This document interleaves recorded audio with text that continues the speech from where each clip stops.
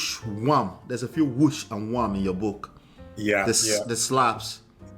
So the first time someone who is not Nigerian, an English guy, read this book for an editorial review type reason, he brought up some of these behaviors, one extreme version, and felt like, you know what, this thing feels a little bit extreme, like the world may push back at it because basically it wasn't woke to say some of these things. So I replied and just said, well, that's what happened. Yeah. I cannot change the story, because actually this story that you're reading, it is one of a million that happened. So if you're going to be quibbling at this one, trust me, there are other things that we didn't put in this book that will shock you.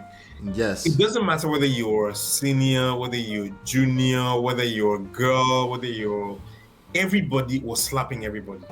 It was just the way things were. In fact, there was a story I heard from one of the girls. I mean, she just sort of said it in passing. I mean, and to me, it was a bit more shocking that they did what they did. But that's what was going on at the time. It's just the way it was. Yes. There are all type of things that happen with the girls. The humiliation. Some of them cannot probably recover from the humiliation of the molestation stories. Yeah. Then the witchcraft claims. Although based on some recent conversations, to escape bullying, and when I say bullying and maltreatment and just doing horrible things to human beings, some girls will just deliberately faint to get out of the situation.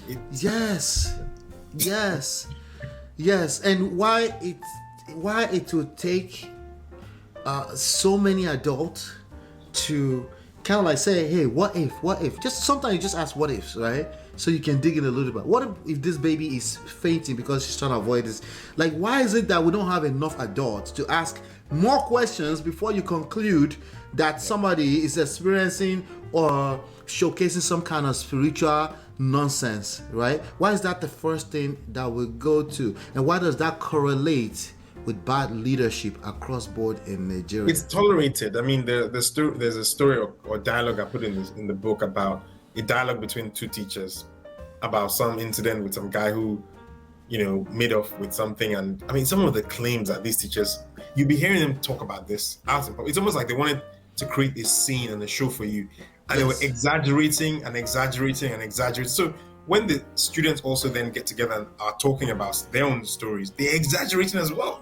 Everybody's exaggerating. Because we will learn from your behavior more than what you say. We're going to do exactly that. And if you don't, or you're, because the next person is going to do exactly that.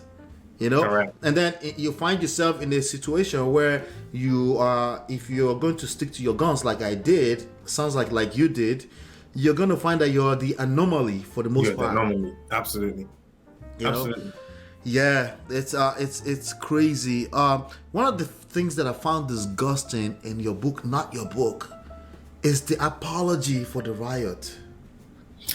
Yeah, it's quite humbling and sad, because I initially forgot about this bit of the story until we had this group conversation, and one of us brought it up, right? And I remember, yes, we did have to go to try. We basically became the adults as teenagers in the room. Yes, this is the vicious cycle that happened in that society. Yeah, people that were oppressed will end up apologizing. There were stories in this one. There were stories in this one that happened with the girls that I did not put in because I only found out late, where someone goes to complain about a really horrible potential abuse / risk of harm to a group of girls, and the school authorities punish them. She's lying. They'll say she's lying. Yeah. That's something that is actually very rampant in that culture. And might I say, even among black people around the world, African Americans went through that. If you dare come to your mother and say your stepfather touched you inappropriately, you're lying. You're lying, yeah. You're lying. Yeah. And a lot of people are traumatized for life, For because that no rejected- one will believe them. Correct, yeah. You can see the seeds were being sown way back when people were kids. It's Yes. Anyway, so this last bit of our interview, we could talk forever, by the way, but we're not gonna do that, right? What I'll say is, by the way, if you give it a thumbs up, maybe I'll bring him back and we can talk more. So make sure you give it a thumbs up, because we have a lot more to say, especially with this follow-up conversations we're about to have right now. So you left London professionally for Nigeria during the collapse in 2008, right? And you were working for Lehman Brothers. First of all, how do you go from chemical engineering to Lehman Brothers? That's still confusing to me. I know you said something about research, but can you explain that in layman language? It's because I went to Imperial. Imperial College is a university. Imperial is very competitive, so you kind of go with what everybody else was doing. So if the next competition is to get into banking, then that's what you did. And banking was the most competitive thing to do. And it didn't matter what you did before, and it rewarded very well as well. So why not? So Gotcha. that's why. And you ended up at Lehman Brothers for how many years? 7 years? 5.5 years. 5.5 years. 5.5 years of your life. Oh my God.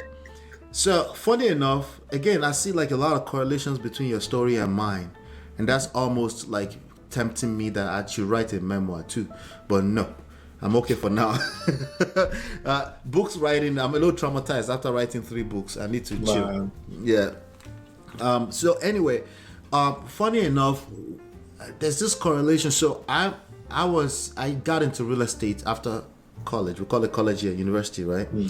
And I got into real estate, and then wham, whoosh, everything got wiped out, right? In 2008, and my business got wiped out from under me too, because it's directly subprime loan exposure and all that kind of stuff, right?